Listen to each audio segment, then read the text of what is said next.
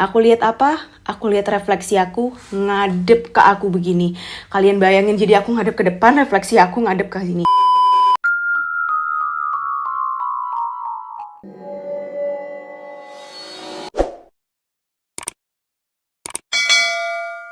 Bada bing, bada bu. Hai bestian dan bestiani, apa kabar semuanya? Semoga kalian sehat-sehat aja.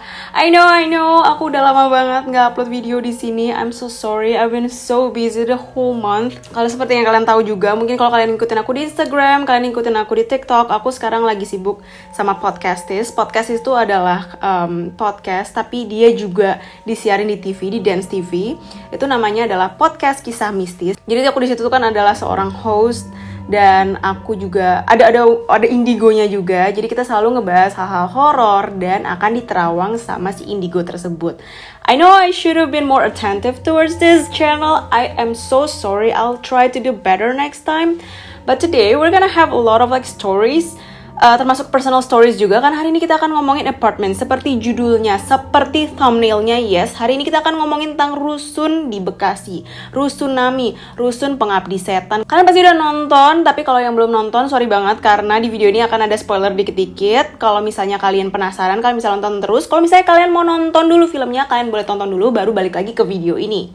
Nah, aku tuh dari kecil tuh selalu mikir kayak kalau tinggal di apartemen itu lebih compact, lebih gampang, lebih enak daripada tinggal di rumah. Kalian bayangin deh kalau misalnya kalian tinggal di rumah, kalian harus beli rumah. Iya, kalian bisa ngontrak, kalian bisa nyewa rumah itu. Tapi kan kayak besar, terus kalian harus bersihin. Itu adalah salah satu problem aku, yaitu bersihin rumah. Rumah tuh kan gede ya, walaupun rumahnya cuma satu lantai, tetap aja hitungannya gede. Belum lagi kamar-kamar, belum lagi debu-debu segala macem, maintenance, itu ribet banget. Dan menurut aku kalau di apartemen itu kan ya udah satu pintu itu tuh masuk ke satu unit lo doang gitu loh. I know pasti ada beberapa kamar juga di dalam unit tersebut, tapi kayak ada di dalam satu bangunan gitu. Gimana sih ngejelasinnya, kayak sama tetangga pun nggak jauh gitu kan, tinggal sebelah unit udah orang lain, udah tetangga, seberang unit udah tetangga juga. Tapi kalau rumah tuh kalau untuk ke tetangga juga lumayan jauh ya, kayak lo harus jalan dulu, harus keluar rumah dulu, ada apa-apa juga agak ribet gitu kan.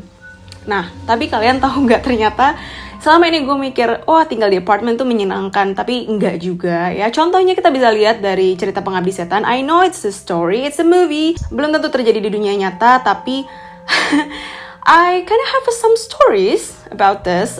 Aku punya beberapa cerita waktu dulu aku kuliah, kan aku pengalaman ya, aku tinggal sendiri, aku tinggal di apartemen, dan it was not as fun as I thought it would be. Jadi dulu aku waktu kuliah aku tinggal di apartemen. Sebenarnya bukan apartemen per se ya, lebih ke kayak kalau orang Jepang nyebutnya tuh apato. Jadi satu rumah landed gitu dibagi beberapa sekat untuk dijadikan kamar-kamar. Jadi emang rumah itu diperuntukkan sebagai kayak kos-kosan gitu, cuma dia lumayan gede ya, ada 4 lantai. Waktu itu aku tinggal di lantai 3. Nah, sebenarnya rumahnya nyaman sih, estetik banget. Warnanya putih, bersih, terus tiap 3 hari sekali tuh ada pembantu dari si ownernya tuh datang untuk bersih-bersih. Emang kamar kita nggak ada yang dibersihin, kamar kita tuh tanggung jawab kita sendiri. Tapi kan at least common area-nya dibersihin, terus filter dryer sama filter washing machine-nya juga diganti. Si mbaknya ini juga nyapu, ngepel, bersihin jendela. Jadi emang bersih banget. Ini nggak ada suasana kayak apartemen di ini ya, di Pengabdi Setan ya. Ini beda banget, bener-bener bersih banget gitu. Nah, kamar aku tuh waktu itu lantai 3. Terus, apartemen ini, apato ini tuh ada kayak semacam elevator. Bukan semacam lagi elevator guys, emang ada liftnya. Tapi liftnya tuh lama banget. It was a very inconvenient for me. Yeah, it was very inconvenient for me. Kayak bayangin biasanya kalau kalian mau dari lantai 1 ke lantai 3 itu kan gak sampai semenit ya. Tapi ini bisa loh 2 menit karena bener-bener naik itu kayak lama banget. Nah, itu 1. 2 yang inconvenient dari lift di apartemen aku itu. Jadi dia itu pintunya itu transparan. Jadi kita bisa lihat keluar ada apa, dari luar bisa lihat ke dalam ada apa. Dan di dalam liftnya itu kanan, kiri, sama belakang tuh cermin. Yes, cermin. Sebenarnya bagus sih kalau misalnya kalian mau OTW, mau pergi kemana, terus kalian bajunya waktu itu lagi bagus, kalian bisa kayak foto-foto OTD ala-ala gitu kan. But my experience was not good. Karena, jadi ini ceritanya waktu itu aku baru pulang dari kelas. Pulangnya lumayan malam karena ada kayak group project gitu. Aku masuk ke dalam lift, udah capek banget, udah nggak mau naik tangga. BTW di apartemen ini ada tangga juga, cuma kan kayak udah capek, mager nggak sih kalau naik tangga ke lantai 3 gitu kan. Ya udah, aku masuklah ke lift ini, aku pencet lantai 3. Aku nggak tahu apakah waktu itu aku halu atau gimana, tapi aku lihat dari ekor mata aku. Kita tahu kan kalau misalnya kita bisa lihat sesuatu dari ekor mata kita. Ada orang jalan kita bisa lihat, ada orang mau nyamperin kita bisa tahu gitu. Nah, dari ekor mata aku tuh aku ngeliat refleksi aku di cermin sebelah kanan. Yang mana kalau aku ngadep ke depan, pasti refleksi aku kan juga ngadep ke depan dong. Setengah badan doang yang kelihatan. Tapi enggak. Aku lihat apa? Aku lihat refleksi aku ngadep ke aku begini. Kalian bayangin, jadi aku ngadep ke depan, refleksi aku ngadep ke sini. That was very scary. Aku sampai merinding kan sekarang aku ngomonginnya. Aku sampai merinding nih ngomongin sekarang, aku nggak tahu. Karena the feeling, kayak perasaan apa yang aku ketakutan aku waktu itu tuh kayak balik lagi nih sekarang nih. Itu gimana ya? Mungkin ada penjelasan sainsnya tentang ini atau gimana, tapi waktu itu yang aku rasain adalah takut banget. Aku capek, aku udah ngantuk, langsung seger lagi matanya dan aku takut. Aku langsung kayak, aku gak berani dong lihat ke sebelah kanan. Aku gak berani lihat refleksi aku sendiri. Akhirnya aku cuma kayak, tunggu sampai lantai 3. Pintu liftnya kebuka, aku langsung keluar. Untungnya langsung depannya tuh kamar aku. Aku masuk kamar, aku takut banget. Aku semalaman itu tidur lampunya nyala. Padahal biasanya kalau aku tidur tuh lampunya mati semua. Aku gak bisa tidur dengan lampu menyala. Dan I ended up stayed up all night. Aku gak bisa tidur sama sekali. Kepikiran, takut juga. Itu satu. Lalu yang kedua, ini juga masih di apartemen yang sama. Jadi sebelah kamar aku adalah kamar sama orang Indo juga. Dia waktu itu umurnya udah beberapa tahun di atas aku. Dia perempuan, dia lagi S2. Aku lumayan kenal dekat sama dia, sering ngobrol. Sampai suatu hari aku dengar kalau dia tuh sering ketawa di kamarnya. Ketawanya tuh ketawa biasa aja, nothing scary, nothing horror or something. Tapi dia ketawa biasa gitu, hai gitu kan. Pertama aku pikir, mungkin dia ngundang temennya, atau mungkin dia nonton TV, mungkin dia baru beli TV, kita kan nggak tahu ya. And there was also a day, aku dengar dia tuh nangis. Nothing scary, once again nothing scary. Kayak nangis biasa lah, kayak kita nangis biasa, gitu kan. Mungkin dia berantem sama pacarnya, atau mungkin nggak tahu, mungkin aku selalu ngaitin itu sama TV karena dia ketawa, dia nangis. Sekarang source of entertainment ya mungkin dia nonton dari laptopnya atau mungkin dia nonton TV ya, kita nggak tahu ya. Nah, akhirnya aku nanya dia dong, aku chat dia dong.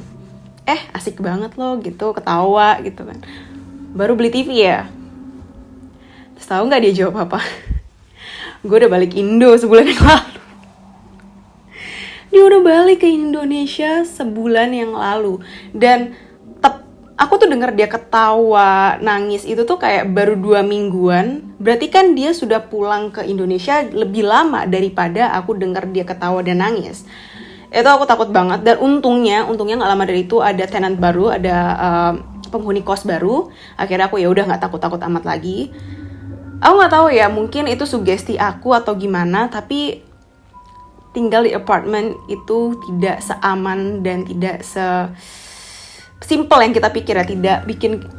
Jangan karena kita pikir kayak tinggal di apartemen terus deketan sama orang lain nggak bakal ada kejadian-kejadian horor. Nggak juga. Dan seperti yang kita tahu, salah satu apartemen yang paling horor yang lagi dibahas sekarang adalah Rusunami atau rusun angker di Bekasi yang dipakai untuk syuting Pengabdi Setan.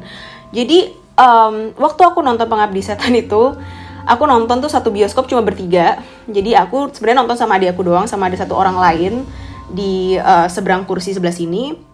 Aku udah cek kakinya napak, itu orang beneran. Pertama-tama sebelum kita bahas tentang si rusun angker ini, aku mau nyampein sedikit ceritanya mungkin buat nge-refresh ingatan kalian ya. Jadi seperti yang kita tahu, keluarga Pengabdi Setan, keluarganya Rini ini pindah ke rusun, ke rumah susun karena mereka meninggalkan rumah mereka di desa ya. Mereka pindah dan ternyata rusun tersebut tuh isinya banyak banget penghuni-penghuni yang juga mengabdi sama si iblisnya itu, aku lupa ya namanya ya, Rominom ya, iblis Rominom.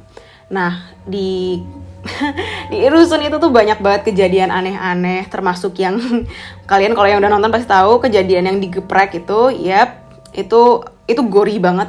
Aku jujur aku pas lihat itu kayak oke. Kenapa jadi serem gini? Seremnya tuh bukan serem horor, tapi seremnya lebih kayak ke thriller gitu kan. Dari yang aku tonton, rusun itu tuh udah serem banget. Dan ternyata pas aku lihat video TikTok, video kayak dari YouTube, orang-orang yang nge-share, bahkan banyak banget orang yang explore ke rusun itu, ternyata rusunnya tuh jauh lebih serem daripada yang kita tonton di film. Karena ternyata yang di film tuh bagus gitu loh, kayak rusunnya layak huni walaupun kotor, walaupun ngeri ya. Sementara yang di aslinya itu rusunnya tuh dicat aja belum, banyak yang masih kerangka-kerangka, banyak kamar yang belum jadi, bahkan banyak banget ruang-ruangan yang belum dialirin listrik. Bayangin. Tapi sebenarnya aku juga nemuin beberapa fakta yang agak berbeda ya. Ternyata rusun tersebut tuh nggak kosong, bener-bener kosong, blas, kosong plong-plong, itu enggak. Karena rusun tersebut ternyata dihuni ya di lantai 1 sama lantai 2-nya. Jadi buat yang kalian yang belum tahu, rusun ini tuh letaknya di Bekasi, di daerah Bintara, ya daerah Bintara sekitar situ, di belakangnya Pasar Sumber Arta. Jadi misalnya kalau kalian naik tol Becakayu dari arah Kalimalang menuju Zaka Sampurna, kalian tuh pasti bisa ngeliat bangunan ini.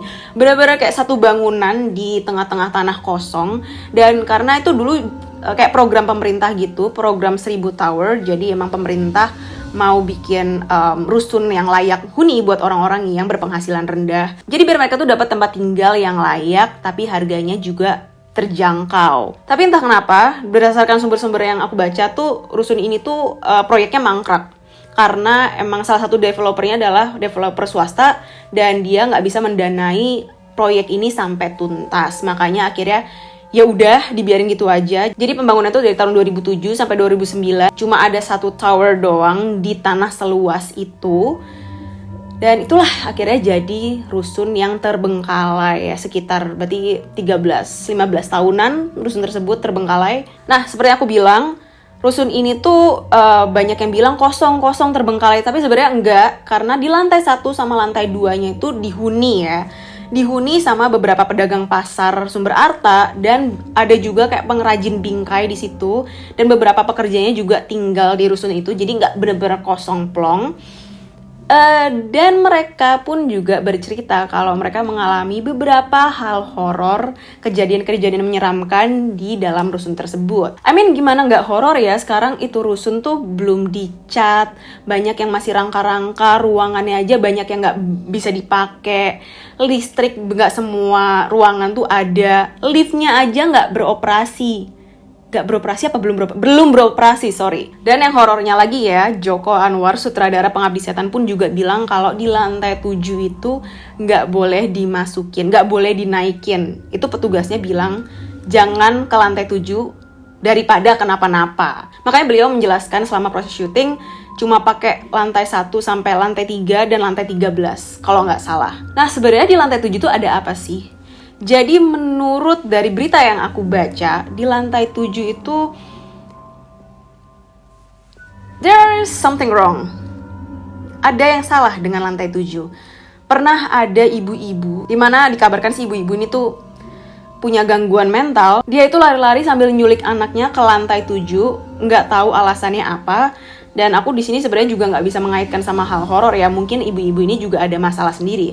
Tapi yang serem adalah ada kisah tentang seorang OB. Jadi waktu itu OB-nya kayak ada masalah sama rumah tangganya, dia pergi ke rusun ini.